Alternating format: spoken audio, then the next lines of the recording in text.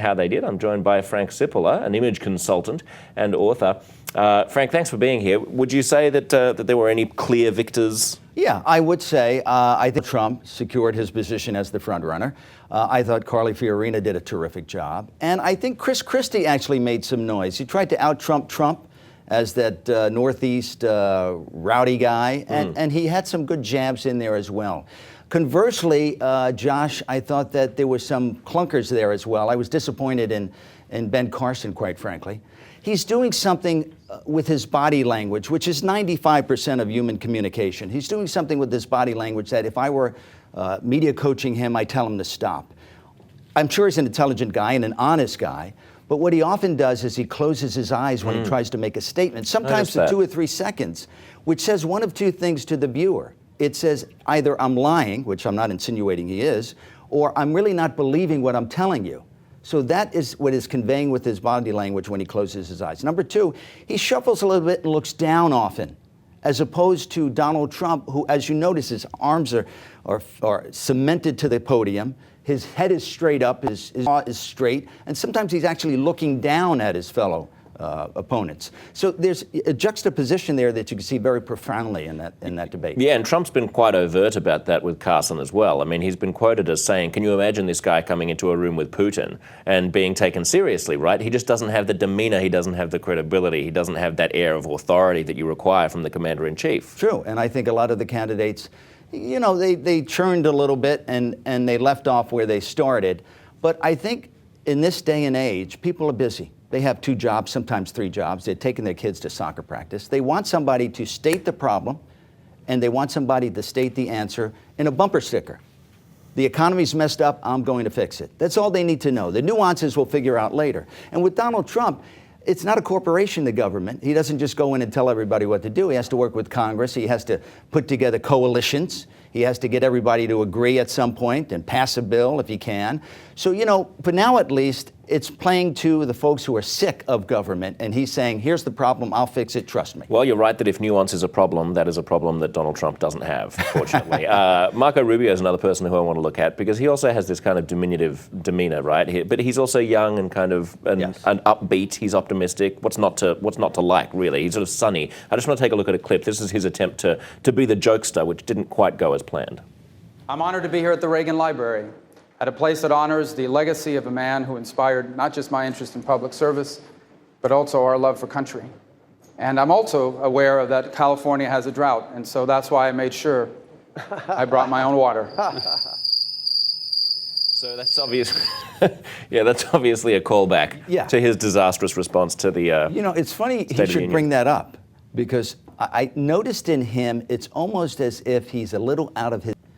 In that, you could see that he's sweating a little more than the rest of the candidates, and he's licking his lips, which means he's a bit nervous inside. So I think he's happy to be there. I think he's happy to be considered as a front runner, or at least at the big boys table. But I think he's not yet comfortable in his skin to pull this off. He might be a force for 8 years from now, who knows? But I don't know if he pulls it off this year. Yeah, I mean, it seems like he always has mild stage fright. Yes, exactly. When Jake Tapper asked Trump what he'd do if given the nuclear codes, he responded by insulting Rand Paul. Look at this.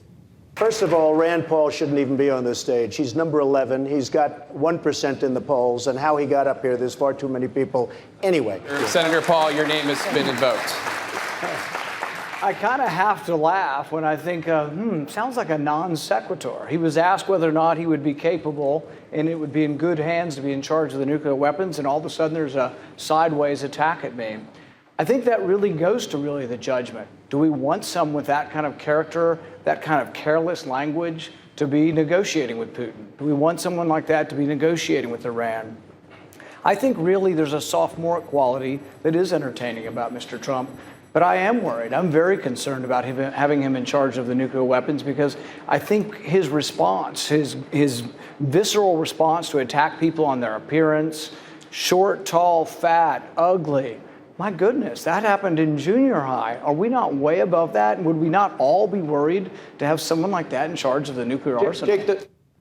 So Trump's sort of looseness and bluster is a double-edged sword, isn't it? On the one hand, it appeals to people because it seems so unpolished and so authentic. On the other hand, it does risk coming across the way that Rand Paul is describing it. And I think that's what Rand Paul was doing, but it's a wonderful juxtaposition.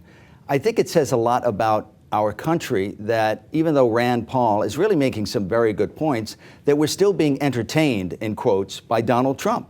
And I think people want to get to the point, and they don't want candidates who go on and on and on and on. Rand Paul, wonderful jab. Donald Trump still the king. In fact, during the debate, you saw him slap high five with Jeb Bush, and he tapped Ben Carson on the back. That was a good joke. Hey, you did a great job. He's sort of like the everyday guy, the regular guy, and that's where I think his appeal is. And he's able to pull that off, Josh. He's able to pull that off because he can. People understand that this is who he is, and they accept him. If any regular guy was as bombastic and megalomaniacal and egomaniacal as he is, I mean, you'd kick him out of any barbecue you had him at, wouldn't you? There's something about his grandiosity that sort of looms large on TV, but in real life, I mean, you wouldn't cop that from a neighbor. Of course, but we've known Trump now for what, 30 years? Starting off as a real estate mogul here in New York City and becoming an entertainer on television with The Apprentice and so on and so forth. So, you know, that's his brand. Now, conversely, Jeb Bush did something with his body language yesterday that you could see he's still a little uncomfortable. He's still a bit stiff and flat. And this is very subtle. You'll see he'll move his neck to the left and to the right and to the left. And that's almost in body language saying to my opponents, don't hurt me. I'm exposing my neck to you, but I'm doing that because I'm a kind person. Just don't hurt me.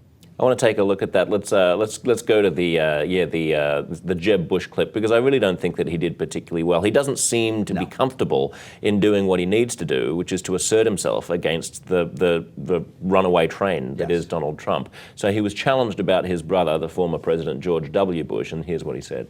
Your brother and your brother's administration gave us Barack Obama because it was such a disaster those last 3 months that Abraham Lincoln couldn't have been elected. You know what? As it relates to my brother, there's one thing I know for sure. He kept us safe. I don't know if you remember, Donald. You remember the rubble? You remember the firefighter with his arms around it? He sent a clear signal that the United States would be strong and fight Islamic terrorism, and he did keep us safe. I don't know, you feel safe right now? I don't feel so safe.